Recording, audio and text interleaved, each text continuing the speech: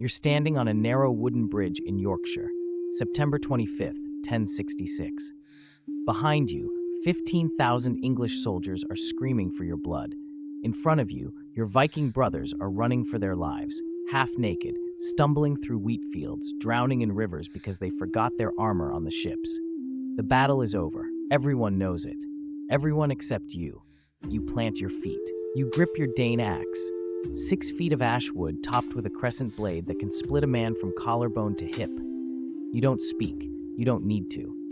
The English see you and they stop. Not from respect, from confusion. One man, one bridge, 15,000 trained killers behind him, and you're grinning.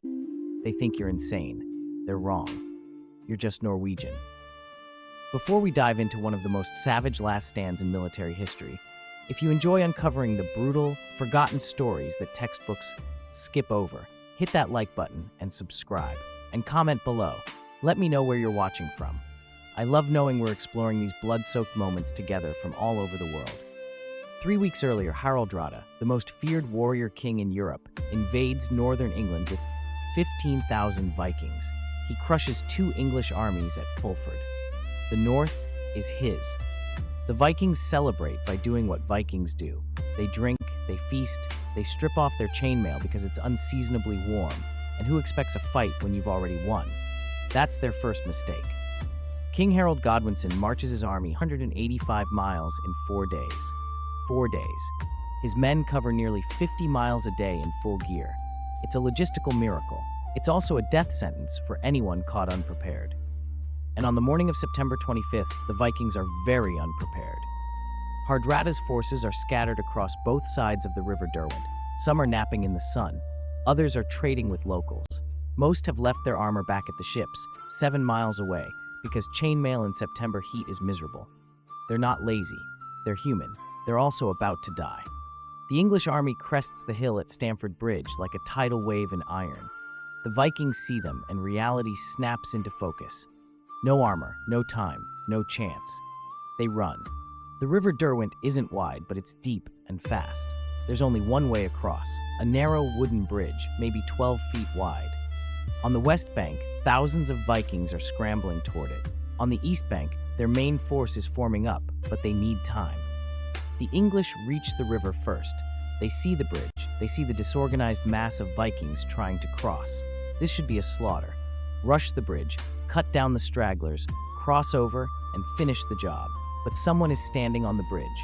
One man, no shield, bare-chested or lightly armored. Accounts vary. What doesn't vary? The axe. A proper Dane axe, the kind with a blade so sharp it hums when you swing it, so heavy it turns men into geography. The kind of weapon you don't carry unless you know how to use it. The English don't hesitate. Why would they? It's one man. They charge. The first English soldier reaches the Viking. The axe swings so, not down, across. The blade catches the soldier below the ribs and exits through his spine. He folds in half, backwards, in a way spines don't fold. His body hits the planks. The second soldier tries to step over the corpse. The axe comes back, reversed, butt spike first. It punches through his face. He drops. The third soldier is smarter. He raises his shield. The axe comes down like a falling beam. The shield splinters. His arm breaks. The blade continues into his collarbone. He's dead before his knees buckle. 3 bodies, 10 seconds. The Vikings on the far side of the river see this. They stop running. They start forming up, buying themselves precious minutes. The English see it too. They push forward harder. 5 men, 10 men, shoulder to shoulder. The bridge is narrow. You can only fight 2, maybe 3 abreast. That's the genius of the choke point. It's also the nightmare. Imagine being the 4th man in line. You're watching 3 of your friends die in front of you. You can't flank him. There's a river on both sides. You can't back up. There are hundreds of men pushing you forward. You can only step into the space your dead friend occupied and hope you're faster than he was. You're not. The axe doesn't slow down. It rises and falls with mechanical precision. Overhead chops that crack helmets and skulls. Horizontal sweeps that bite through leather, ribs, lungs. Low strikes that shatter kneecaps and ankles. The Viking rotates through patterns, head, body, legs, so no one can predict the angle. He doesn't grunt, doesn't scream. The only sound is the wet crunch of metal meeting meat and the hollow thud of bodies hitting wood. 20 men dead. The bridge is slick with blood. Here's what makes this stand supernatural. It lasts an entire hour, maybe longer. Chronicles say 40 Englishmen died before he stopped. 40 trained housecarls, professional soldiers with chainmail and experience. He kills them in waves. The English try everything. They rush him in groups. The bridge is too narrow. Only 2 can fight him at once, and they get in each other's way. They try archery. The arrows either miss in the chaos or glance off his axe when he spins it like a shield.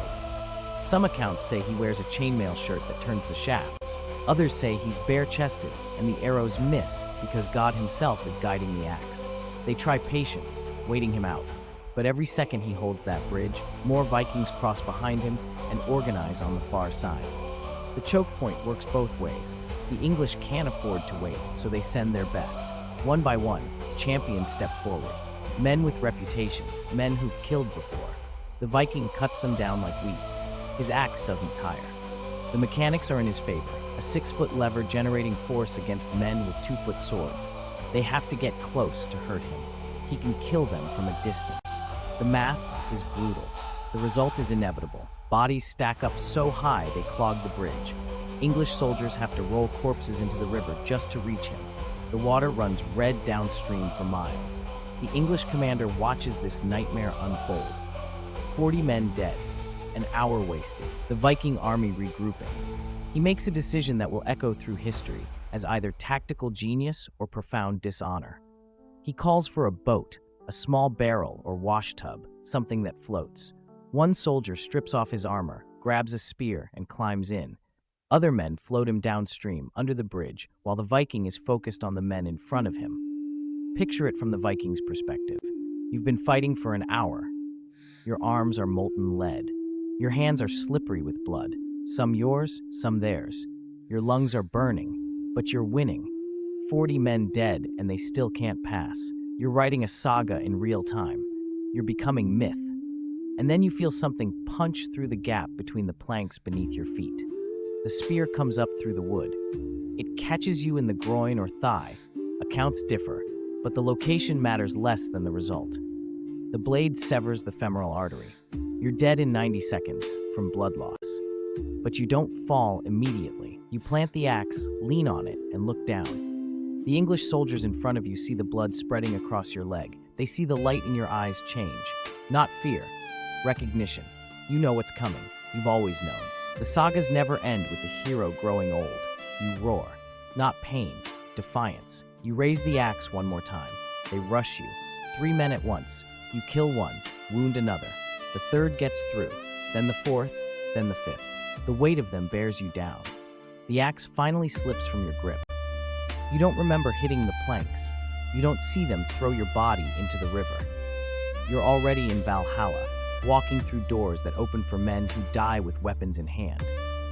The English flood across the bridge. The Vikings lose. Badly. Harald Hardrada takes an arrow through the throat. The English cut down thousands. The survivors limp back to their ships. 24 vessels leave, where 300 arrived. But here's what the chronicles remember. Not the king, not the army. One unnamed Viking on a bridge who bought his people an hour they shouldn't have had. The English write about him in their records. They don't know his name. They don't need to. The act is the monument. Some historians argue the whole thing is myth, exaggeration. But the body count is recorded in multiple sources. The bridge is real. The tactical situation, Vikings caught unprepared, one choke point, desperate last stand. That's all documented. Whether it's exactly 40 men or 20, the core truth survives. One man held an army and changed the course of a battle through sheer, bloody-minded refusal to quit. But here's the shadow that lingers, the spear through the bridge. In Viking culture, in medieval codes of honor, there are rules. You face your enemy. You die with your eyes open. The English couldn't beat him fairly, so they didn't. Was it smart tactics? Absolutely. War isn't a duel. The commander's job is to win, not to be honorable. But something sours in the telling. The Viking earned his death in single combat. He got murdered from below by someone he couldn't see. 40 English warriors couldn't do what one coward in a barrel achieved. The Vikings told this story for generations, not as a tragedy, as a reminder. One man, properly positioned, can hold the world. And if you're going to die anyway, die in a way they'll remember. If you've made it this far, you're the kind of person who understands that history's best moments aren't the ones in textbooks. They're the ones written in blood on forgotten bridges. Hit subscribe and turn on notifications. I've got more stories like this. More last stands. More forgotten names who shaped the world with axes and spears and sheer, insane courage. Before you go, here's a question. If you were the English commander, would you have sent the man with the spear? Or would you have kept sending soldiers to die honorably until the bridge finally fell?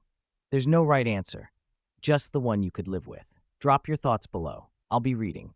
Thanks for watching. I'll see you in the next chapter.